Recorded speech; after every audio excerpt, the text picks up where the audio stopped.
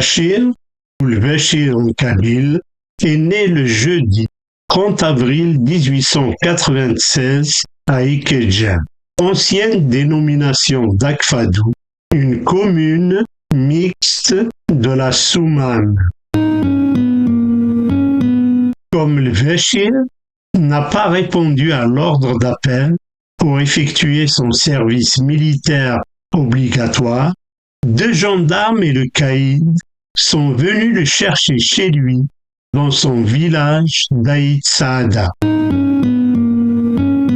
S'ensuivent alors le tribunal répressif d'Al-Qsar, 1 semaine de prison et son inscription d'office comme non excusé de la classe 1917.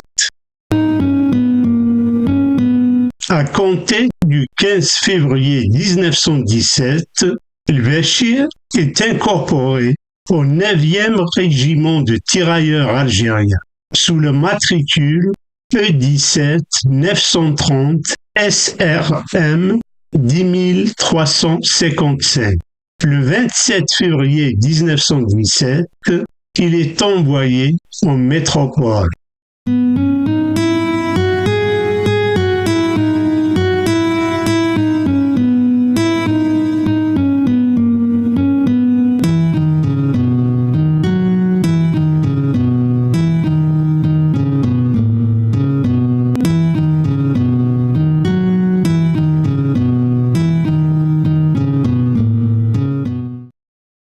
En 1917, d'août à décembre, le 9e régiment de tirailleurs algériens a participé à la guerre à Verdun. En 1918, de janvier à avril, participation en Lorraine, d'avril à juin dans l'Oise et l'Artois. Du 11 au 13 juin, le 9e régiment a participé à la bataille du Matz en attaquant vers Marc-Église, ce qui lui a valu la première citation à l'ordre de l'armée. Du 18 au 21 juillet, le 9e régiment a participé à la 2e bataille de la Marne, d'où la 2e citation à l'ordre de l'armée. Comme décoration, le 9e régiment de tirailleurs algériens a reçu la Croix de guerre 1914-1918 avec 3 palmes ainsi qu'une étoile de vermeil.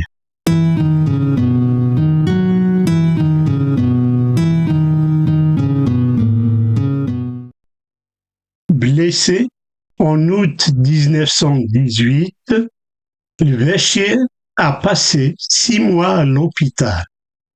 Après sa convalescence, au lieu de rentrer chez lui en tant que démobilisé, il s'est engagé dans l'armée. Par décision du général en chef numéro 3415 du 12 février 1919, le Bachir a intégré le 1er régiment de tirailleurs algériens le 15 février 1919. Première affectation, la Marne, de mars à septembre 1919. La mission principale est la décontamination de la zone rouge.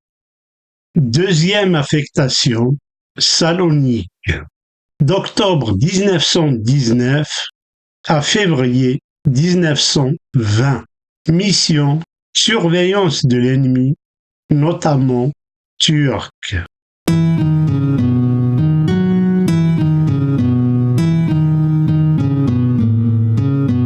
Le Bachir est affecté au 11e régiment de tirailleurs algériens de mars 1920 à février 1927 en Algérie en qualité de réserviste.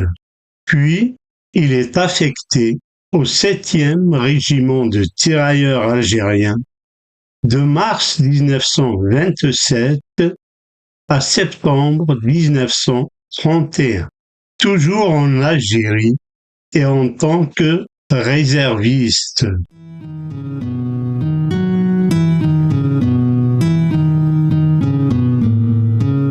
Parmi les événements, citons la Grande Famine de 1920, la fondation de l'Étoile nord-africaine en 1926, qui milite non seulement pour l'indépendance de l'Algérie, mais aussi l'indépendance du Maroc et de la Tunisie.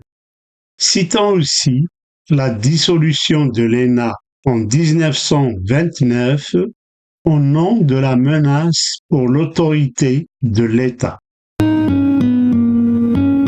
Avant même d'être dégagé de toute obligation militaire, le jeudi 1er octobre 1931, Béchir s'est marié le mercredi 1er janvier 1930 avec Fatima Nessidir du village de Teouries.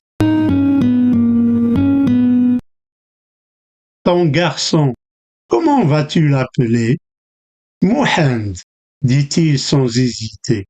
C'était le prénom de son père, ressuscité le jour de la naissance de son premier enfant, le vendredi 13 mai 1932, le plus beau jour de la vie de Béchir.